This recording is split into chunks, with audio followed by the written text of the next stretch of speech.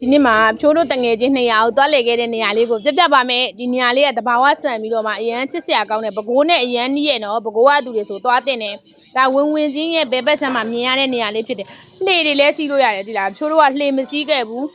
လှေကိုရိုက်ခဲ့တဲ့ဗီဒီယိုလေးလည်းပြတ်သွားတယ်ပေါ့နော်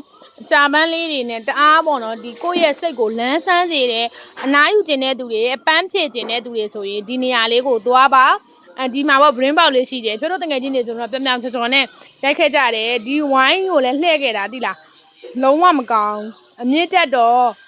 အစကတော့ပျော်ကြကောင်းမိမယ်အပေါ်ရောက်တော့ကြောက်ပါတယ်ဖြိုးကအမြင့်ကြောက်တတ်တဲ့သူဆိုတော့ပေါ့နော်အပေါ်ရောက်တော့အရှိလည်းမတက်ရဲနောက်လည်းမတက်ရဲတွေဖြစ်ပေါ့နော်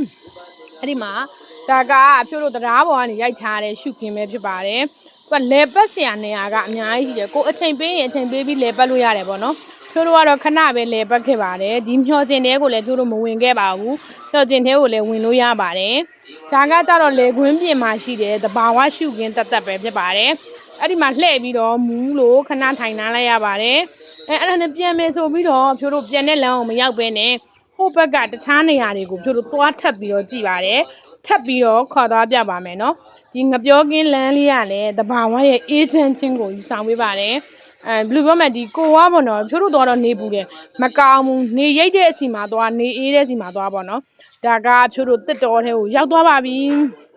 ဒီတစ်တော်ကြီးတဲ့ရောက်သွားတဲ့အချိန်မှာဖြိုးတို့ရဲ့ငယ်စဉ်ကတက်ခဲ့တဲ့ရွာเจ้าကလေဒီလိုမျိုးပြင်းမတော်ကြီးတဲ့ကိုရောက်သွားတယ်လို့ခံစားရတယ်ဒါကနေကြကင်းနေကြမြင်ကျမကအဲ့လိုမျိုးဖြစ်ပါတယ်နေကြကိုအရန်ကြိုက်တယ်ပေါ့နော်နေကြကင်းကြီးကိုလည်းဖြိုးတို့နေကြဘန်းနေကြထဲမှာဆော့ခဲ့ပါတယ်အဲ့ဒါပြီးတော့မကြီးမငယ်နဲ့2ယောက်သားဘာလုပ်ကြသေးလဲဆိုလို့ရှိရင်ဒန်းစီးပါတယ်ဒီဒန်းအကြီးစီးကတော့ပြဿနာမရှိပါဘူးဒန်းအသေးစီးတဲ့နေရာမှာတငယ်ချင်း2ယောက်ထဲမှာဖြိုးဒန်းပေါ်ကပြုတ်ကြတဲ့အမှတ်တရဗီဒီယိုလေးကမရိုက်လိုက်ရလို့မရိုက်ခဲ့ပါဘူးဒန်းစီးတဲ့ခါကျတော့ကြာစီးတော့မူးပါတယ်ဖြိုးတို့ကအဲ့လိုမျိုးစီးလို့အစ်စ်မပြေဘူးပေါ့နော်ဖြိုးသွားခဲ့တဲ့နေရာလေးကတော့ဟောဒီမှာဖြိုးပြတဲ့ဓာတ်ပုံတွေမှာပါပါတယ်TM fan ပဲဖြစ်ပါတယ်သွားလေကြည့်ကြပါနော်ပျော်စရာကောင်းပါတယ်ရှင်အလဲတစ်ခေါက်သွားကြပါနော်